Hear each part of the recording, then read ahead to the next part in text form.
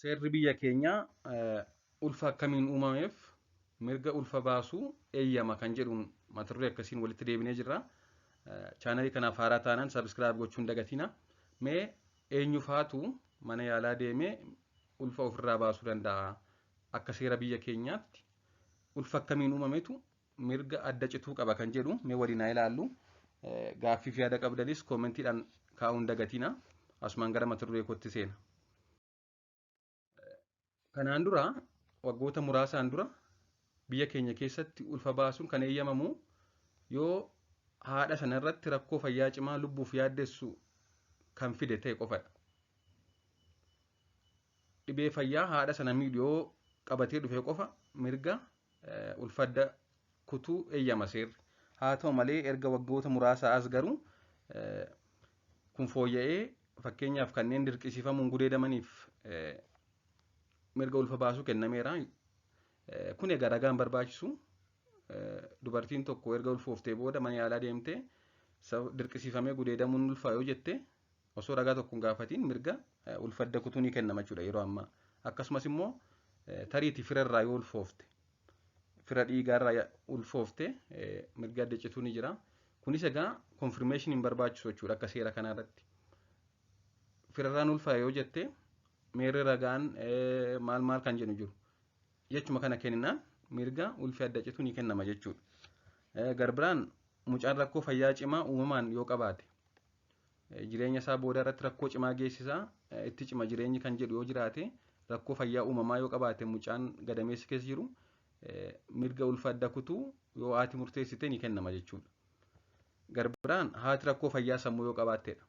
Rakkoo fayyaa sammuu jechuun egaa gosa hedduutu jiru. Haa ta'u malee sammuu isheedhaan yaaddee murteessuu hin dandeessu yoo ta'e rakkoo fayyaa sammuu yookaan saayikaatirik piroobileem qabaannaan mirga ulfi adda cituu ni kennama jechuudha.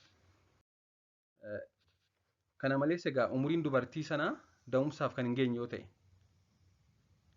akkasumas immoo haalli jireenya koo mucaa guddisuuf ga'umsa hin qabu yoo jette ogeessa fayyaa mariisuudhaan ulfi sun akka adda citu gochuun ni danda'ama seera yeroo ammaadhaan. Yeroo ammaa kana egaa ulfa adda citan keessaa persentaan 53 mana yaalaatti seeraan kan adda citudha. Haa ta'u malee kanaaf kan persentaa 47 ta'u karaa mana yaalaa osoo hin ta'in karaa sirrii hin taaneen adda cita jechuudha. Ulfa osoo ittiin yaadamiin dhufan keessaa ulfa 10 osoo ittiin yaadamiin dhufan keessaa ulfi 6 akka adda citu dhaabbanni fayyaa addunyaa ni hima.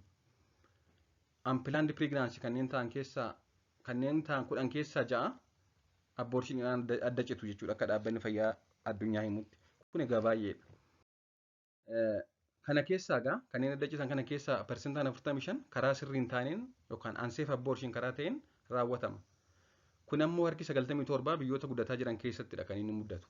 Biyyoota akka Afrikaa keessatti mudata jechuudha baay'inaan. Karaa sirrii hin taane yookaan anseef abboorshin kan jennu yeroo kamidha akka dhaabbanni fayyaa addunyaa jirutti tokko haala umurii ulfa sanaaf kan hin taane yoo ta'e. Fakkeenyaaf ulfi ji'a 2 fi ulfi ji'a 3 haala wal fakkaataa ta'een adda cituu dhiisuu danda'a. Kan qorichaan adda citu jira kan immoo tajaajila biraa barbaadu jira jechuudha. Akkaataa umurii ulfa sanaadhaan. Kanaaf haala umurii ulfa sanaaf ta'uun yoo ta'uu baate karaa sirrii hin taane jedhama. Fakkeenyaaf kan ji'a tokko qorichaan ba'a yoo ta'e kan ji'a 3 immoo qoricha qofa miti taanaan yoo qoricha qofa kan ji'a 3 fayyadaman karaa sirrii hin taane jedhama jechuudha. Akkasumas immoo ogeessa leenjii hin qabneen yoo raawwatame. Kana malees bakka hin eeyyamamnetti yoo raawwatame anseef abboorshin jedhama yookaan karaa sirrii hin taaneen raawwatame jedhama jechuudha. Haadholii waggaa waggaan ulfa waliin wal qabatee lubbuu isaanii dhaban yookaan du'an keessaa persentaan 10 sababa kan ta'u haala sirrii hin taaneen ulfa baasanii kan dhufudha jechuudha. Maternal deaths kanneen jedhaman keessaa persentaan 10 egaa sababa anseef abboorshinidha jechuudha. Kun egaa gara waggaa waggaadhaan biyyootuma Afrikaa keessa qofatti naannoo miliyoona 7tti lakkaa'ama. Miidhaa haala sirrii hin taaneen ulfa baasuun fidu keessaa gurguddoon hedduudha. Isaan keessaa gurguddoon kan jalqabaa tariitii baay'ee dhiiguun jiraachuu danda'a. Guutummaa guutuutti hin bahin hafuun dhufuu danda'a. Infekshinii uumuu akkasumas immoo gadameessi tarsa'uu fi qaama saalaa fi naannoo sanarra miidhaan cimaa ga'uu danda'a jechuudha. Kanaaf hanga danda'ametti haala sirrii hin taaneen ulfa baasuu dhiisuun baay'ee barbaachisaadha. Yoo barbaachisaadha ta'e yookaan dirqama ta'e mana yaalaa deemanii sababoota armaan ol jiran kana keessaa kan kana explain godhu kan sababa ta'uu jiraate isa kanaan fayyadamanii mana yaalaadhaan karaa seera ta'een raawwachuutu irra barbaachisaadha. Waan dhaggeeffattaniif hedduu galatoomaa. Subscribe, like, share, commenting keessan hedduu fayyada. Galatoomaa, turtii gaarii.